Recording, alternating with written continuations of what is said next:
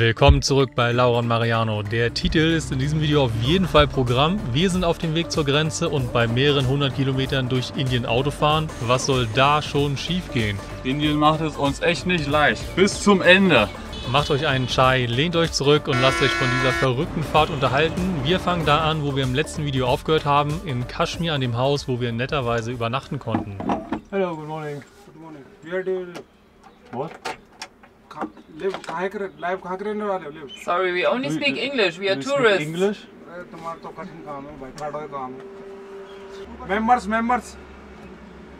1 2. Yeah. 1, 2 members. We go now to Amritsar. Country. Germany. Germany. Yes. Okay. Das war ja wieder logisch hier. So fängt der Morgen gut an. Ist noch nicht mal 6 Uhr. Und die ersten gelangweilten Militärleute sind schon da. Die sind halt jetzt hier so auf Patrouille, glaube ich. Und wundern sich, was wir hier sind. Ja, die haben jetzt halt, wir haben unser Nummernschild vorne wieder abgemacht.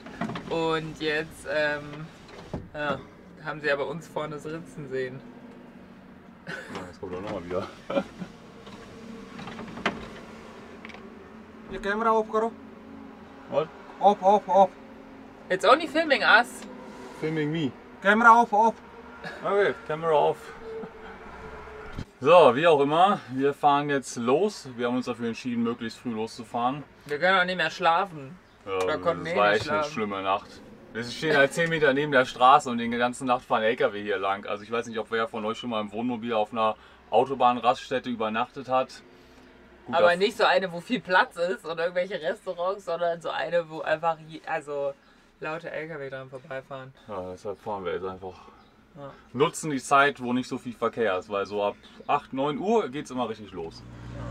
Wir haben heute übrigens 370 Kilometer vor uns, aber jetzt hauptsächlich auf dieser doppelseitigen Autobahn, also dass wir extra für uns diese Seite eine Richtung, eine Spur haben. Gestern haben wir übrigens nur 220 Kilometer geschafft und waren so 10 Stunden etwa unterwegs, natürlich mit einigen Pausen. Wir haben auch noch mal ein bisschen das Internet genutzt. Aber ja, man braucht einfach sehr lange hier. Aber heute geht's vielleicht. Tja, das frühe Aufstehen hat sich nicht ganz so sehr gelohnt, wobei jetzt stehen wir nicht so weit hinten im Stau, aber da vorne fängt dann so ein ganz langer Tunnel an und diese Seite scheint irgendwie noch zu sein, weil wir stehen jetzt hier schon, weiß nicht, bald eine Stunde bestimmt. Die andere Seite fährt aber die ganze Zeit. Aber es scheint normal zu sein, weil hier kommen ständig Leute vorbei, die irgendwas verkaufen wollen. Also ist das wohl immer so. Laura hat sich gerade auch noch ein bisschen Kaffee gekocht. Und dann können wir in der Zeit hier nochmal diese krassen LKW, Tata, Knatterkisten bestaunen. Mit dieser tollen Fertigkeit der Fabrik, mit diesem Blech, den Nieten, diesen Ecken. Super Qualität, aber sieht schon krass aus. So, ein kurzes Stau-Update, 4 Stunden später, also wir stehen jetzt hier seit 4 Stunden. Ich glaube so um 6 Uhr morgens sind wir dann hier angekommen, nach 20 Kilometer fahren und ja, seitdem stehen wir hier und ich glaube der Grund für dieses ganze Chaos und Warten ist mal wieder das Militär hier. Also die verursachen echt hier das größte Verkehrschaos. Also es ist ganz halt nichts passiert und jetzt eben kam so Konvoi, jetzt ja auch immer noch ganz viele Militärfahrzeuge, eben auch irgendwie so 50 leere Reisebusse immer dazwischen. Wir haben jetzt mal ein bisschen gegoogelt und wir haben schon davon gehört, dass hier irgendwie so ein Pilgerfest ist und das ist wohl der Grund für diesen ganzen Stau. Ich habe gerade so einen Nachrichtenbeitrag gelesen, dass heute Morgen sind ein Konvoi mit über 300 Fahrzeugen mit Pilgernden von da zu irgendeinem bestimmten Ort eskortiert worden oder werden eskortiert. Also eben sind ja leere Reisebusse in die Richtung und jetzt kommen wieder ganz neue Reisebusse, die auch alle voll sind, mit neuen Pilgernden anscheinend, die jetzt wieder da Richtung dieses Jammu-Kaschmir-Tal fahren. War vielleicht auch diese Zeltstadt, die wir gesehen haben, ne? Ich habe keine Ahnung. Das ist ja immer lustig, wenn man keinen Plan hat. Ja, und das sind halt nicht nur ein paar, das sind halt Tausende. Und alles ist jetzt hier gesperrt, damit die hier hin und her fahren können. Und vor allem, ne, ich meine, wir standen hier halt 4 Stunden und dann kamen die erst. Also warum muss man denn 4 Stunden die ganze Straße sperren, obwohl niemand kommt? Puh. Jetzt wird es auch heiß. Ja. Wir sind müde. Weil wir hätten jetzt schon bald da sein können und jetzt stehen wir hier immer noch. Sind erst 20 Kilometer heute gefahren. Haben die ganze Nacht nicht geschlafen, deswegen. Wir haben dann auch immer Pech, ne? Also keine Ahnung. Indien könnte uns das auch ein bisschen einfacher machen, meine ich. Also diese Route nach Leh über Srinagar ist auch nicht so gut. Über Manali auch nicht. Also es ist einfach, man kommt einfach nicht gut hin. Ja, mal sehen, wie lange wir hier stehen, weil irgendwann ist es dann ja wieder 16 Uhr oder was auch immer die Zeit war, wo man dann nicht mehr weiterfahren darf und es gesperrt ist, weil dann hier nicht mehr die Militär steht und einen beschützen kann. Ja, nach ungelogen 4,5 Stunden oder so scheint es jetzt weiterzugehen, aber das bedeutet natürlich auch komplettes indisches Verkehrschaos, weil wahrscheinlich die LKW jetzt auch losfahren wollen und das Gehupe geht dann bestimmt auch los und so. Ja, die werden uns ja alle dann nach und nach überholen und dabei uns alle anhupen. Und schneiden. Ja, ja, aber Leute, ne, was wäre ein Ende unserer Indienreise ohne indisches Verkehrschaos, ne? Wir sind ja hier, um das alles authentisch zu zeigen und so ist es ja einfach. Und nein, wir können immer noch nicht gut damit umgehen, aber das ist auch okay. Ja, wie soll man das auch machen? Das ist einfach nur schlimm. Weiß ich auch nicht.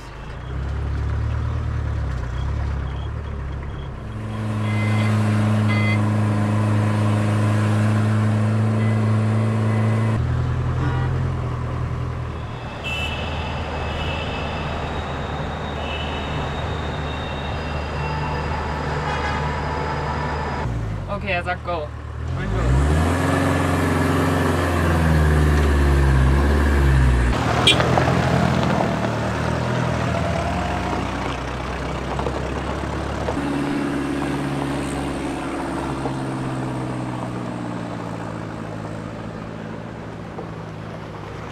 Das musste natürlich auch noch dazu kommen. Irgendwie konnte man da nicht auf der Autobahn weiter und musste hier die Umgehungsfahrt. Ja, sorry. We will took to your garage. Mega steil, mega steinig, holprig und da sind wir natürlich nicht wieder hochgekommen. Hätten wir nicht gedacht, dass uns das hier auf dem Weg zurück nach Amritsar passiert. Naja, und dann haben uns die netten Leute da in ihrem Fake Jeep hochgezogen. Also anfangs hat es auch nicht so gut geklappt. Also ich glaube, der hat auch kein untergesetztes Getriebe. Da habe ich ihn eher rückwärts den Berg runtergezogen. Und dann hast du noch mit ganz vielen Leuten geschoben, ne? Das hat mehr geholfen, also es hat auch geholfen, weil irgendwann dann war das Seil gar nicht gespannt und wir sind trotzdem gefahren. Naja, puh, jetzt haben wir es geschafft, ey. Also meine Workouts auf dieser Reise ist einfach dieses Auto anzuschieben. Zum Glück haben uns jetzt echt nochmal Leute geholfen. Ich muss auch sagen, dass ich wirklich glaube, dass das daran liegt, dass das Jammu Kashmir Leute sind, also Muslime. Also weil es kamen echt direkt 5 Leute aus dem Auto gesprungen und wollten uns helfen und waren voll nett. Und das ist uns so davor ehrlich gesagt noch nicht so richtig passiert. Ja, und also wäre jetzt diese Umleitung nicht, wäre dieser Weg halt mega easy für uns, weil die Autobahn haben wir gesehen, die sah super gut aus. Ja. Der Verkehr. Und hier ist jetzt aber wieder Militär und so.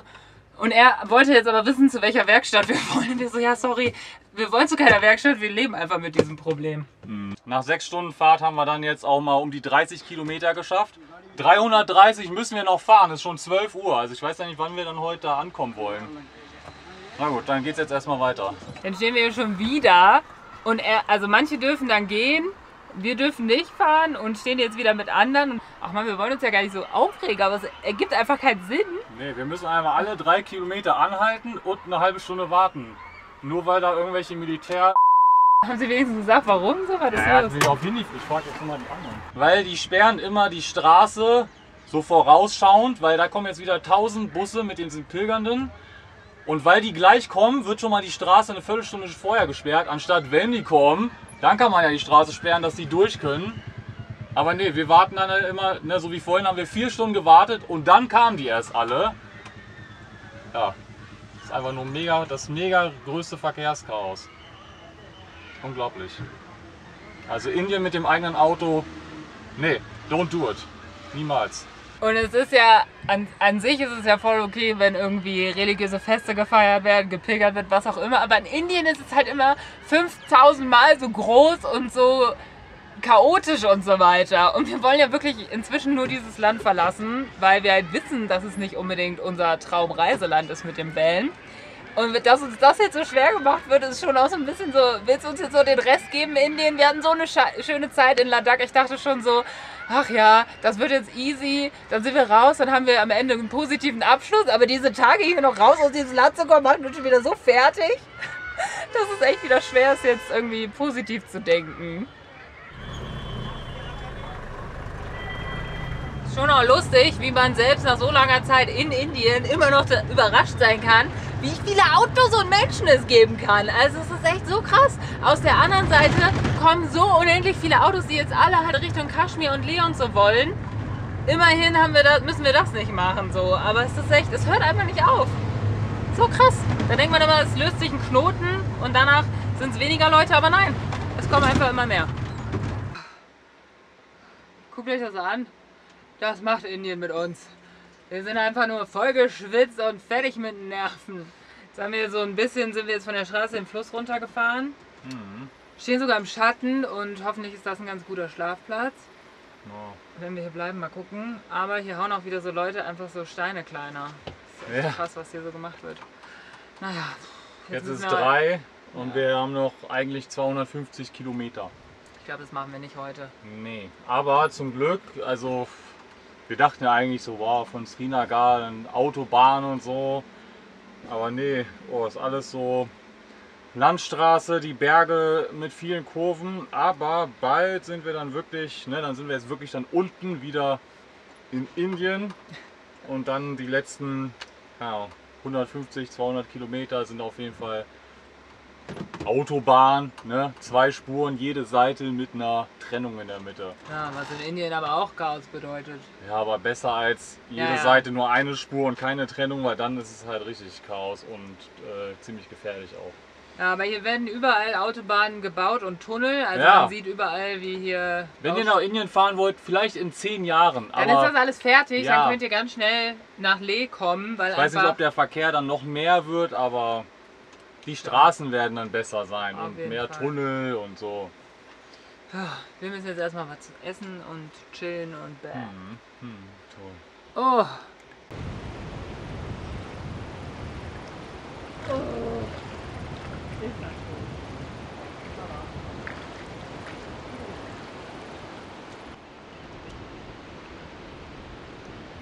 Also es war jetzt definitiv nicht das sauberste oder beste Wasser, aber auf so einer Reise nimmt man, was man kriegen kann.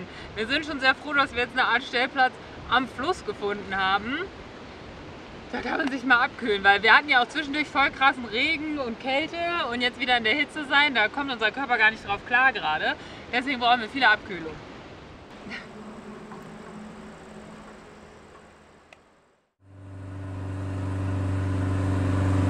Guten Morgen, wir sind wieder früh losgefahren, bevor hier der ganze Verkehr und die ganzen LKW auch alle losfahren. Am ersten Tag haben wir, glaube ich, so 120 Kilometer in knapp 10 Stunden geschafft, natürlich mit Pausen. Gestern nur 100 Kilometer in knapp 10 Stunden. Heute sind wir bisher ganz gut unterwegs, aber wir müssen noch einmal an Jammu vorbei und dann sind wir wirklich auf der Autobahn, so wie hier, aber mit weniger Kurven und haben es nicht mehr so weit nach Amritsar. Aber jetzt noch mal gute 6 Stunden mindestens fahren und dann haben wir es geschafft.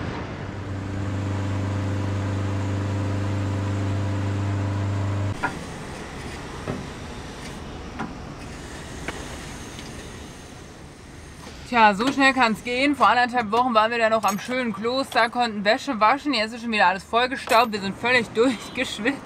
Es ist gar nicht so heiß hier, weil ja auch Regenzeit ist, irgendwie 30 Grad. Aber diese Luftfeuchtigkeit macht das alles halt auch nochmal ganz anders. Jetzt ist uns gerade nur unser Auspuff abgefallen. Also der war eh schon irgendwie eine komische Konstruktion, als wir den Van gekauft haben. Und wir hatten damit immer mal kleine Problemchen. Jetzt ging er halt nicht wieder dran.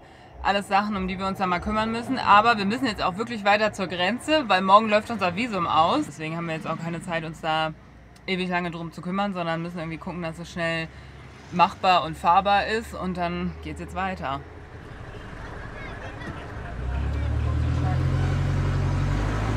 Da kommt ein Truck. Ein paar Stunden später, wir haben jetzt relativ viel Bargeld nochmal zum Tanken genommen, weil das in Jammu Kaschmir, dem Staat, sehr günstig war. Jetzt sind wir in Punjab angekommen und müssen wieder unser Fastag, also unser Ticket für die Maut, aufladen. Haben aber noch sehr wenig Bargeld und müssen halt gucken, ob wir da durchkommen. Wir dachten, das reicht vielleicht, tut es natürlich nicht. Also wirklich komplett wieder im indischen Chaos angekommen und diese Strecke jetzt nochmal schnell nach Pakistan zu kommen, gibt uns nochmal den ganzen indischen Stress oder was einfach alles dazugehört zum Reisen hier, ne, mit dem Auto. aber wir können euch halt also natürlich viel die schönen Berge zeigen vom Himalaya, aber da muss man halt auch erstmal hinkommen. Und dieser Teil gehört auch zu unserer Reise dazu. Und wir wollen ja nicht, dass jemand ins Himalaya fährt mit der Erwartung, oh, das ist alles toll. Da muss man sich halt auch erstmal ein Stück durch diesen Teil von Indien kämpfen. Unser Fastag aufladen ging nicht, weil wir haben ja noch ein altes gehabt mit dem gleichen Nummernschild und das ist verwirrend für das System. Die konnten jetzt hier nicht drauf zugreifen, um das aufzuladen. Und es sind jetzt noch 2 Mautstationen und sie haben mir jetzt so Einwegdinger gegeben, aber wir hatten eigentlich gar nicht mehr genug Geld, weil er wollte eigentlich 200 pro Stück, ich hatte nur noch 250. Jetzt haben sie mir trotzdem beide gegeben. Gucken wir mal, die benutzt man dann einmal und dann soll ich die rausschmeißen, hat er gesagt. Aus dem Fenster natürlich. Ja, mal gucken wir mal, ob das jetzt klappt. Keine Ahnung.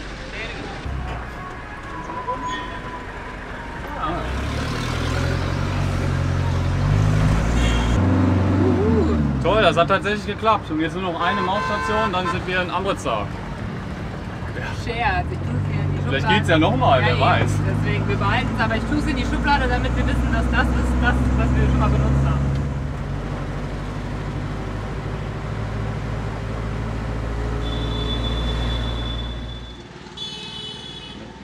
Ich wollte nur zeigen, wie fertig ich bin.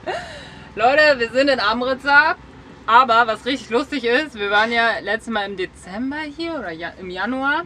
Stehen jetzt wieder vor der gleichen Mall, weil die ist klimatisiert und wir zerlaufen echt. Das ist echt richtig krass. Ja. Und es ist so witzig. Es ist einfach wie letztes Mal, ne? Die Leute sehen, dass wir aus dem Ausland kommen, stoppen und so, wie das letzte Mal im Punjab, wollen irgendwelche... Nicht nur ein Auto, richtig viele. Also jedes dritte Auto, was vorbeifährt, bremst dann wieder, lässt uns überholen, dabei gucken sie und dann fahren sie wieder weiter. Ja, und wir haben es ja schon oft gesagt, wir verstehen voll, dass die Leute neugierig sind und so, aber dann sag wenigstens nett Hallo und macht nicht so komische Manöver, die halt teilweise echt gefährlich sind in dem ganzen Verkehrschaos.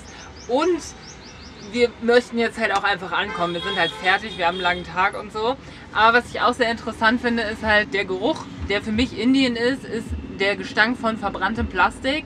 Und jetzt rieche ich das wieder so und habe so richtige Déjà-vus von unserer Indienreise. Also in Ladakh habe ich da überhaupt nicht mehr viel drüber nachgedacht, aber sobald man wieder da ist, denkt man so, boah krass, wir waren in Goa und dann sind mir so Situationen eingefallen und so. Das ist voll krass, wie der Körper sowas dann verbindet, so Gerüche und wie sich das anfühlt, dass man dann so Déjà-vus hat, wollte ich noch erzählen. Wir gehen uns jetzt mal kurz abkühlen, brauchen Geldautomaten, müssen noch mal irgendwas essen und so weiter. Aber Leute, we made it. Das ist auch echt gut. Toll. Puh, okay Leute, es ist inzwischen dunkel und Abend. Wir waren noch mega fett einkaufen, weil in Pakistan sind die Supermärkte wohl ziemlich teuer. Und deswegen haben wir so diese Grundsachen, so wie Mehl, Nudeln, Soßen, sowas alles haben wir jetzt hier nochmal gekauft, weil hier ist es halt sehr günstig.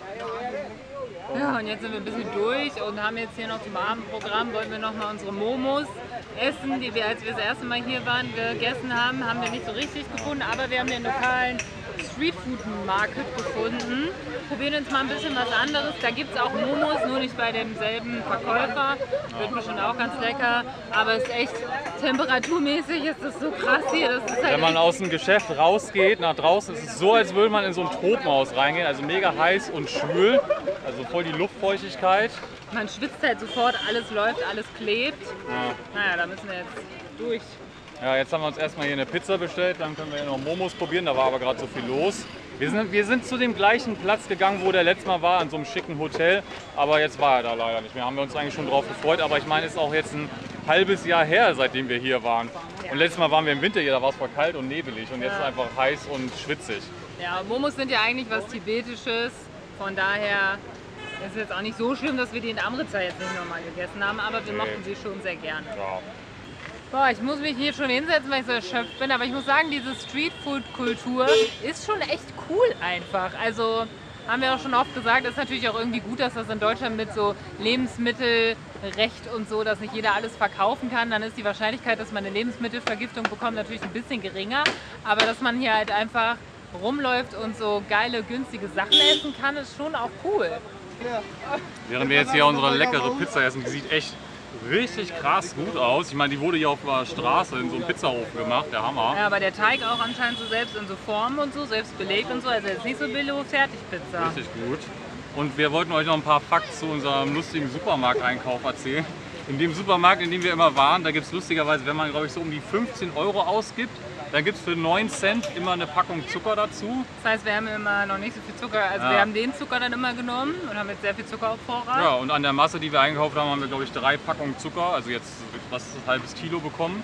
Und dann bekommt man ja immer einen Kassenbon und bevor man rausgeht, da ist immer so ein Security und der guckt sich dann nochmal den ganzen Kassenbon und den ganzen Inhalt, den man gekauft hat, vom Wagen an. Also er guckt sich den an, ne? Ja. Also er überfliegt das so ein bisschen. Ja, dass man zählt das auch durch, keine Ahnung, und dann gibt es einen Stempel. Also das sind so die paar Fun Facts beim Einkaufen hier. was hier halt so ein bisschen anders ist, ne? Ja. Und es gibt aber auch ganz viele lose Sachen, ne? Das ist ja auch Mehl, Nudeln, Linsen, Sojadinger. alles mögliche. Zucker auch eigentlich, Salz. Alles. Also die Pizza ist richtig gut. Wir haben uns jetzt hier nochmal auf so eine Bank gesetzt. Besser als bei Domino's, wo wir einmal waren, ne? Auf jeden Fall. Ja, ein bisschen scharf. Das ist hier der richtig perfekte Indien-Abschluss, ne? Wir sitzen hier irgendwie im Dreck, es stinkt so ein bisschen, da hinten ist eine Hauptstraße, alle hupen. Wir essen lustiges Streetfood, was ein bisschen zu scharf für uns ist, schwitzen uns hier einen ab, weil es heiß ist. Also ja, das ist auch Indien, ne? Oder hauptsächlich Indien.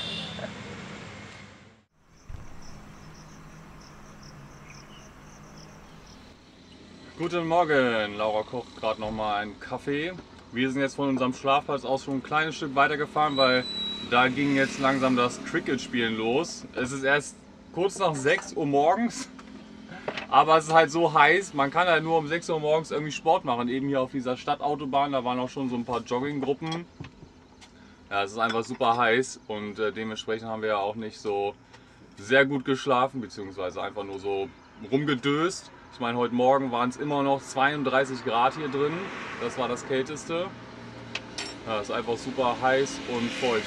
Ja, also es ist halt, wie gesagt, wir wiederholen uns auch, aber nicht nur diese Hitze, sondern halt dieses, dass du wie in so einer warmen, feuchten Mücken. Decke. Ja, Mücken sind natürlich, ich meine, hohe Luftfeuchtigkeit und Hitze ist natürlich perfekt für Mücken.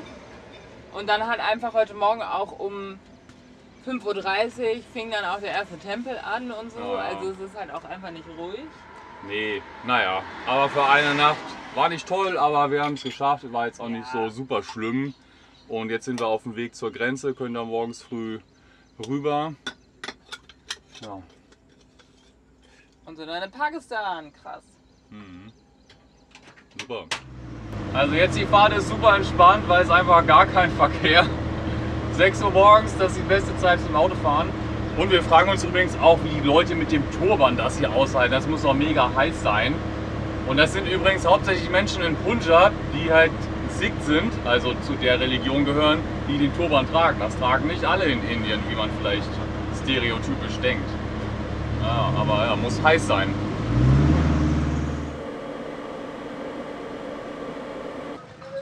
Okay, da haben wir jetzt auch unsere letzten 40 Rupees ausgegeben. Das ist immer das Tollste, wenn man ein Land verlässt, dann hat man immer noch Geld über. Vielleicht kennt ihr das irgendwie aus dem Urlaub, aus dem Ausland.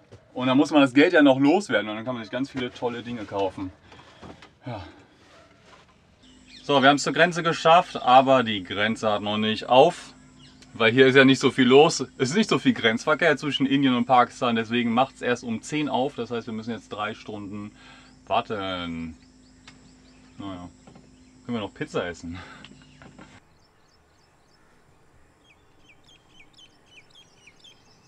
Jetzt sind unsere 3 Stunden Wartezeit gleich um, aber rate mal, was wir jetzt entdeckt haben. Wir haben einen Platten. Yay, das ist jetzt echt der 4. Platte, glaube ich, seit unserer Fahrt. 3.? Okay, der 3. Ja, man fährt hier halt einfach über Stock und Stein und ich meine, wir haben jetzt auch versucht, ein paar Stellplätze ein bisschen abgeschiedener zu haben und sind natürlich irgendwelche Holperpisten lang gefahren. Da passiert es halt leider. Wir haben jetzt auch keine Profi-Offroad-Reifen, ne, sondern einfach Reifen für so einen Düdo-Sommerreifen. Ja, jetzt müssen wir den noch schnell wechseln. Indien macht es uns echt nicht leicht. Bis zum Ende. Also in Pakistan hatten wir einen, in Nepal hatten wir einen und jetzt in Indien auch nochmal. Bis jetzt ging es immer ganz gut gefixt, aber ja, müssen wir dann wieder irgendwie in Islamabad und so rumsuchen und so. Wir brauchen echt mal so ein Flick-Kit.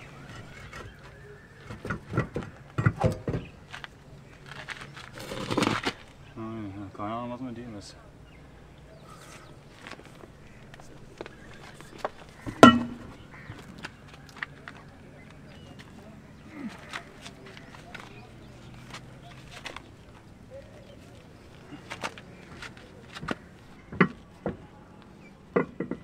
Oh Gott.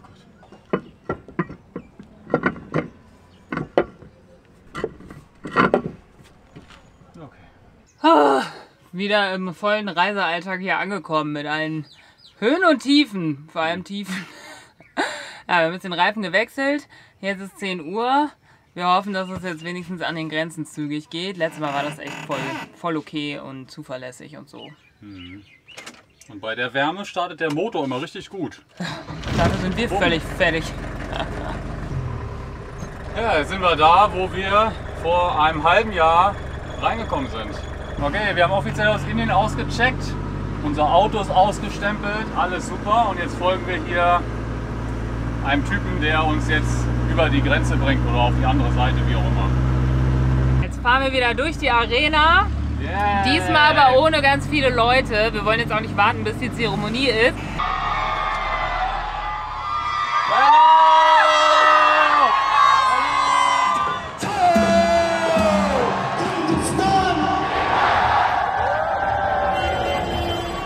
Wer das Video verpasst hat, guckt euch das Video an der verrücktesten Grenze der Welt von uns an. Ja. Da seht ihr dann, wie das hier aussieht, wenn hier diese besondere Grenzzeremonie stattfindet. Hammer. Tschüss Indien, tschüss Indien. Oh, gar keiner da, Mist, ne? Das ist ja so verrückt, ne? Dann sind wir die letzten Tage da an den Grenzregionen vorbeigefahren oder durch die Grenzregion und überall war mega krasses Militär, weil die so tun, also vielleicht ist es auch eine reelle Gefahr natürlich irgendwie, aber weil es halt diese Konflikte gibt in Kaschmir und ja, so viel Militär und irgendwie Anti-Pakistan und es gibt ja auch hier diese Zeremonie, die so ein bisschen das darstellt, so, aber gleichzeitig kennen sich diese Grenzbeamten und müssen sich jetzt so abstimmen, dass sie gleichzeitig das Tor für uns aufmachen und quatschen bestimmt auch immer so. Es ist schon ja, eine ganz verrückte Grenze und Situation hier.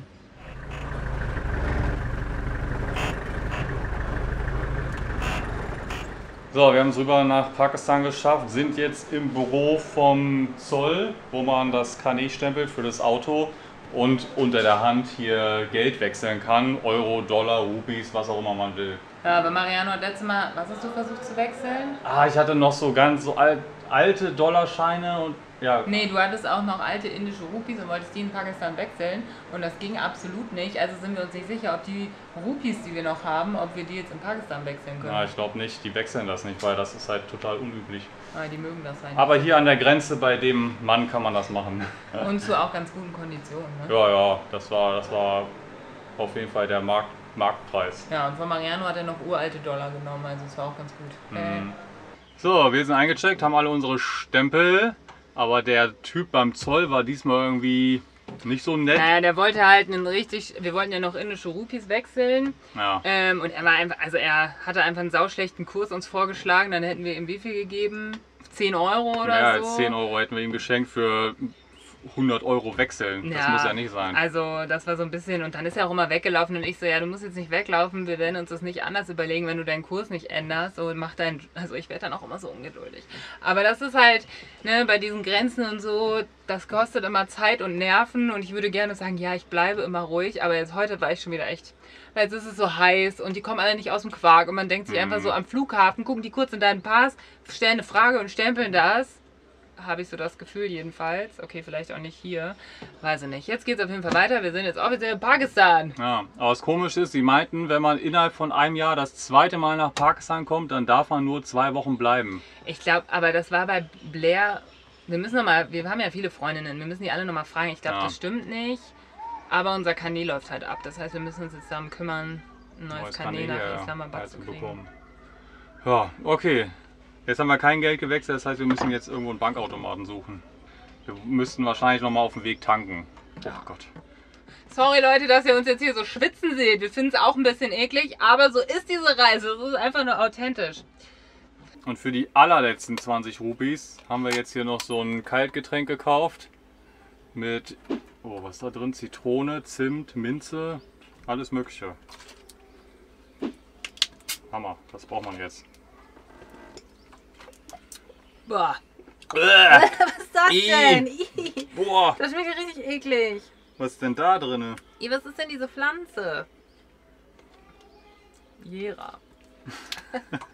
Toll, das war jetzt nicht so wie geplant. Also, das schmeckt uns Sollte erfrischend sein. Schmeckt uns nicht so gut. Es hat so einen komischen Nachgeschmack. Ich kann es gar nicht lesen. Ich auch nicht. Wo steht das denn? Ach so, da ist auch noch Salz drin. Ah, das ist immer richtig Oh, Mann. komisch. Das ist hier nämlich voll oft noch so ein Fun-Fact am Rande, dass wenn man so einen Soda bestellt oder so, oder auch einen Tee den einen Tag, dann fragen die immer, süß oder salzig? Und wir als EuropäerInnen sind immer so, hä? Süß natürlich. Ja, Also ja, hier. boah. Aber ja, das ist das. Na. Boah, nee, das kann ich nicht trinken. Boah. Boah. Ist ja noch schlimmer als gedacht.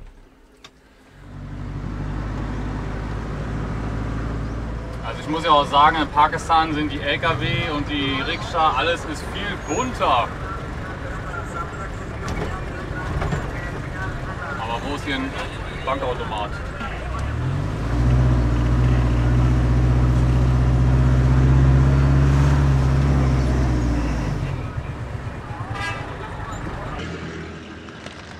So, wir haben es geschafft. Nach dem 3. oder 4. Bankautomat hat einer funktioniert und jetzt haben wir erstmal bisschen mehr als 50 Euro oder so.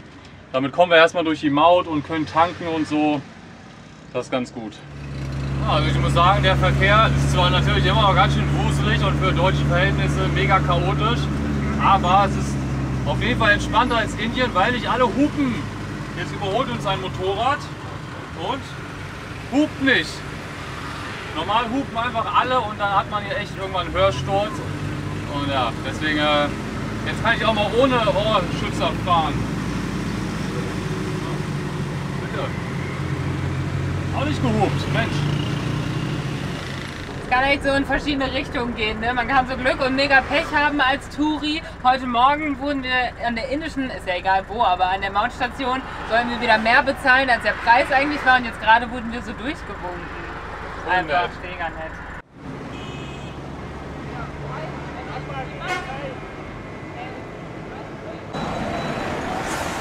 Hey, give me 1,000 rupees. It's not much.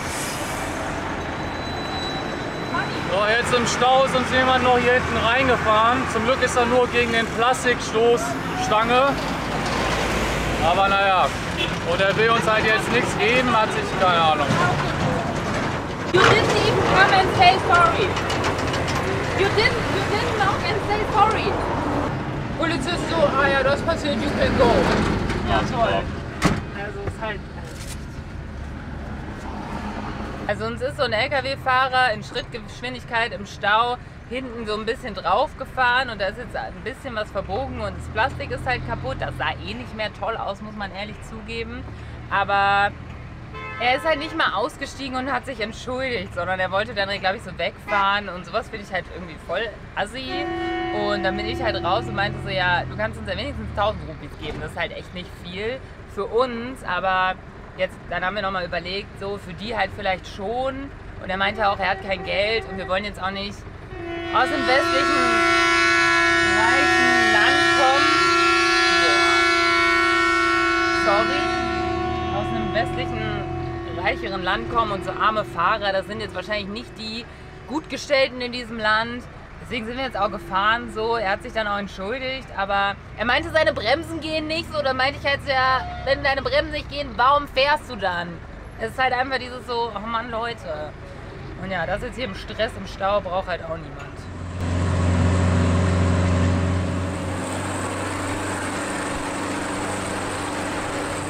Wuhu! Yeah, wir sind zurück in Islamabad. We made it! Innerhalb von 8 Stunden oder so. Ja. Schon verrückt, jetzt wieder hier zu sein. Wir fahren auch wieder zu unserem alten Stellplatz. Mal sehen, wie viele andere da auch parken. Na, wir sind gespannt. Das ist nämlich so der Overlander-Spot in Islamabad.